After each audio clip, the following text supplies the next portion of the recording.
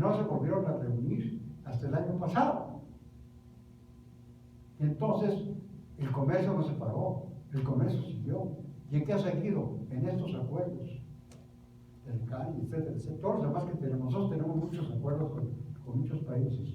Nos alocamos, estamos alocados, siendo tratados con todo el mundo. Entonces, bueno, eso es lo que ha pasado. Y entonces el comercio, en mi opinión, ha desplazado a la OMC. Y la OMC, creo yo, y el tiempo ya muy corto nos lo dirá, se va a convertir en un centro de solución de controversias y de estudios comerciales, pero ya no va a ser el motor del desarrollo del comercio internacional. Y esto va a quedar en acuerdos comerciales, regionales, como se llaman, y la nueva forma de hacerlos va a ser como el TPP, acuerdos regionales, pero ya trascendentes más allá de las fronteras de un continente, va a ser extracontinental. Bueno, podemos seguir diciendo más cosas. El tratado se acordó, se terminó de negociar, como ya digo. Los poderes ejecutivos de los países que más o menos están sujetos a lo mismo. Un poder que negocia, otro que aprueba. Todos estos países terminaron su negociación y tienen ya un documento gordo para leer los 30 capítulos, pero no ha entrado en vigor el tratado. Está sujeto a la aprobación del otro poder. Entonces aquí el licenciado, el colega muy estimado, el delegado, se va a encargar, Alberto, de decirnos qué pasos se tienen que dar para que el tratado de TPP se apruebe.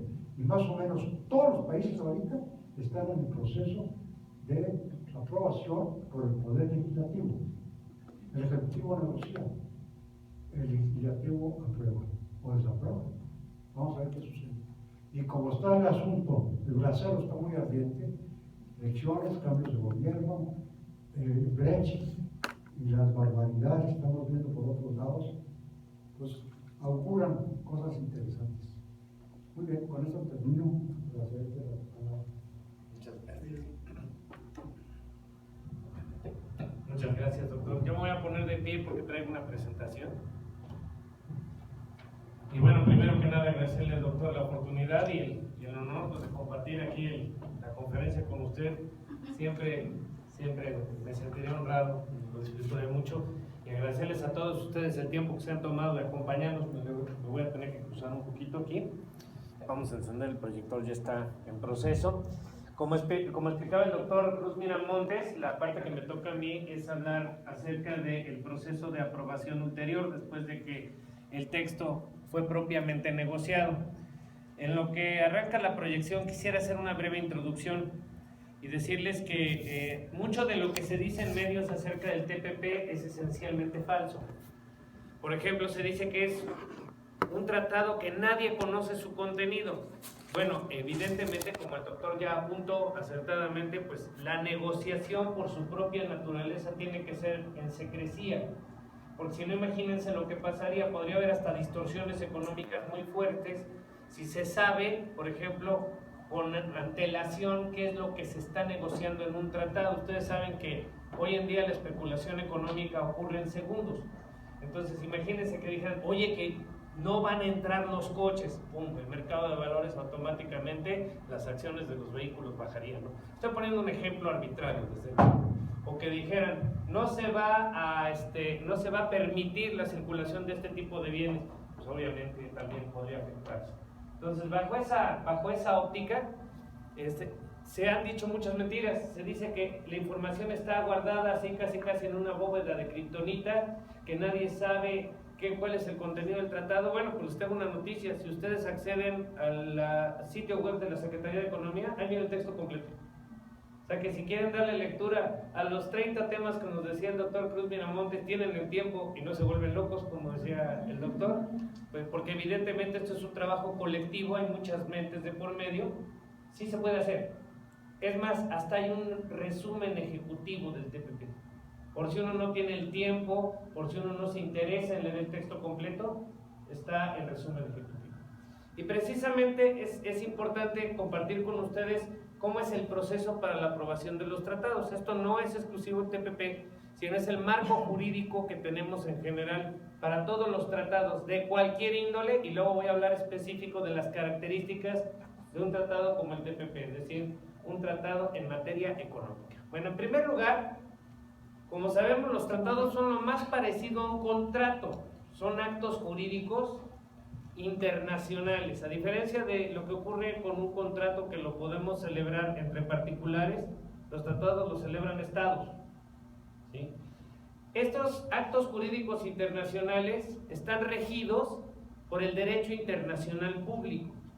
Es un campo que pues yo tengo aquí el honor de compartir ideas con el doctor Cruz Miramontes en la Comisión de Derecho Internacional Público. Es un campo muy complejo, porque el derecho internacional público, incluso hay autores que lo ubican como un sistema de fuerzas, porque a diferencia del derecho entre personas, entre individuos que somos iguales, en donde pues hay tribunales, hay una policía, hay elementos de fuerza para hacerlo cumplir, en el derecho internacional público no puedes meter a la cárcel a un país o no lo puedes multar en el sentido estricto. Entonces se tiene que recurrir a mecanismos muchísimo más complejos para hacer valer el derecho internacional público.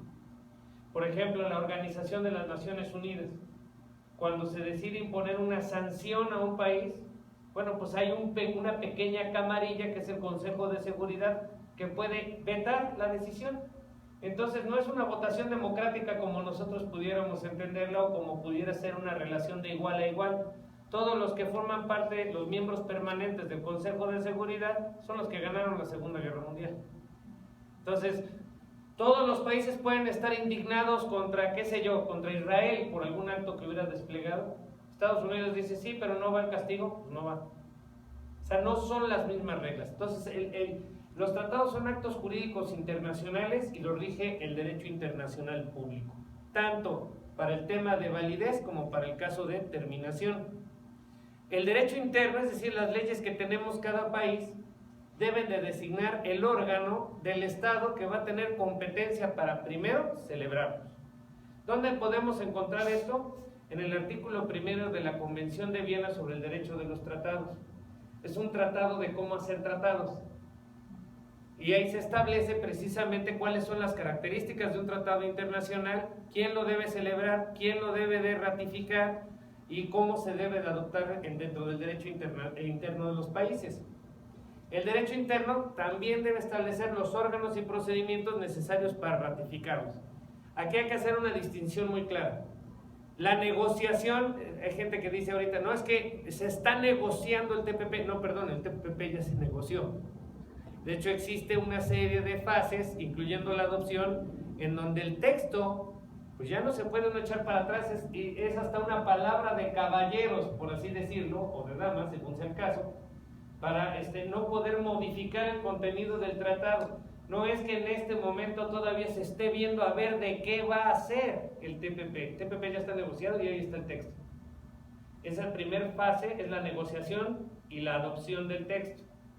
La segunda fase es la ratificación, y la ratificación es que los congresos de los estados intervinientes tienen que aprobar o desaprobar, como decía el doctor, el tratado propiamente dicho. En nuestra Constitución Política de los Estados Unidos Mexicanos existen ciertos parámetros acerca de la negociación de los tratados internacionales. Por ejemplo, hay restricciones. La Constitución prohíbe celebrar tratados de extradición de reos políticos o de extradición de reos del orden común que hubieran tenido el carácter de esclavos en el país donde cometieron el delito. También, un agregado final, esto es el artículo 15 de la Constitución, dice que no se pueden celebrar aquellos tratados que vayan en contra de las garantías y los derechos establecidos dentro de la propia Constitución. Entonces ese es el primer límite. Segundo límite, los estados de la República de manera individual no pueden negociar tratados. Esa es una competencia netamente federal. el estado de Chihuahua no puede celebrar un tratado, o Nuevo León, que pues, brincos dieran, seguramente muchos de ellos estarían felices de celebrar un tratado directamente con Estados Unidos. Nuestra Constitución lo prohíbe de manera expresa. Eso está en el artículo 117. De igual manera, la Constitución establece facultades. La negociación la descansa en el presidente de la República. El artículo 89 nos dice que el presidente de la República tiene la atribución de dirigir la política exterior y celebrar tratados internacionales. Y ya desde ahí nos lo dicen, sometiéndolos a aprobación del Senado. Y ahí se está cumpliendo el tema de que, en este caso, nuestra Constitución está designando quién conduce la negociación, quién es el líder y quién tiene que ratificar el contenido del tratado. Durante algún tiempo hubo un proyecto de que la Cámara de Diputados participara en la aprobación de los tratados. ¿Quién lo propuso? Pues la propia Cámara de Diputados, por supuesto. Pero aquí hay algo importante. ¿Qué representan los senadores y qué representan los diputados? Los senadores representan a los estados de la República. Los diputados a la composición del pueblo. Por eso cuando la gente dice, ay, es que los diputados deberían de por lo menos tener título. Bueno, les tengo varias noticias. La primera es que este Congreso es el que más doctorados tiene en toda la historia. Es en serio. O sea, estadísticamente es el que tiene más doctores. Y en segundo lugar, pues que esa no es la idea. Tiene que haber un diputado campesino, tiene que haber un diputado carnicero, tiene que haber un diputado doctor en Derecho, tiene que haber una bailarina exótica. O sea, todos los sectores de la población deberían de estar representados en la Cámara. Ellos no tienen por qué representar a los estados, representan a la población. ¿Sí vamos viendo hasta aquí, por favor? Ahora, seguimos con las facultades. Expresamente el Senado tiene la facultad de analizar la política exterior desarrollada por el Ejecutivo Federal con base en los informes anuales que el Presidente de la República y el Secretario del Despacho le rindan al Congreso. Además de, aquí viene la parte interesante, aprobar los tratados internacionales y convenciones diplomáticas que celebre el Ejecutivo de la ONU. Entonces, lo que vamos sacando en limpio hasta este momento es que la fase que sigue del TPP es que tendría que ser analizado, en su caso ratificado por el Senado o rechazado por el Senado. Pero ahorita vamos a ver que hay una serie de condiciones muy especiales también dentro del derecho interno de nuestro país acerca de cómo debe de ser este procedimiento. Por ejemplo, tenemos una ley que es relativamente reciente. No deja de llamar la atención su fecha de publicación, 1992. ¿Por qué es relevante? Bueno, porque en 1993 estábamos negociando el Telecán. Como decía el doctor Cruz Miramontes, se tuvo que inventar todo desde cero. Hasta se tuvo que crear legislación interna para poder estructurar cómo se podía negociar un tratado y cuáles podrían ser las repercusiones. Incluso en algún momento nosotros aquí participamos dando opiniones a un proyecto de reforma sobre la ley sobre celebración de tratados que contenía unos errores técnicos notables. Y aquí, a través de la comisión, liderados por el doctor, su servidor, emitimos algunas opiniones porque esas reformas trataban de homologar nuestra ley al derecho estadounidense de alguna manera. Esa ley no pasó, afortunadamente, y esa es otra historia que en algún momento analizaremos. Pero esta ley nos dice dentro del artículo 2, y lo toma prácticamente casi directo de la Convención de Viena, que un tratado es un convenio regido por el derecho internacional público, celebrado por escrito entre el gobierno de los Estados Unidos mexicanos y uno o varios sujetos de derecho internacional público, ya sea que para su aplicación requiera o no la celebración de acuerdos en materias específicas, cualquiera que sea su denominación, mediante el cual los Estados Unidos mexicanos asumen compromisos. Y ahí introduce una expresión concreta de qué es la aprobación de un tratado. Nos dice que la fracción cuarta que aprobación es el acto por el cual el Senado aprueba los tratados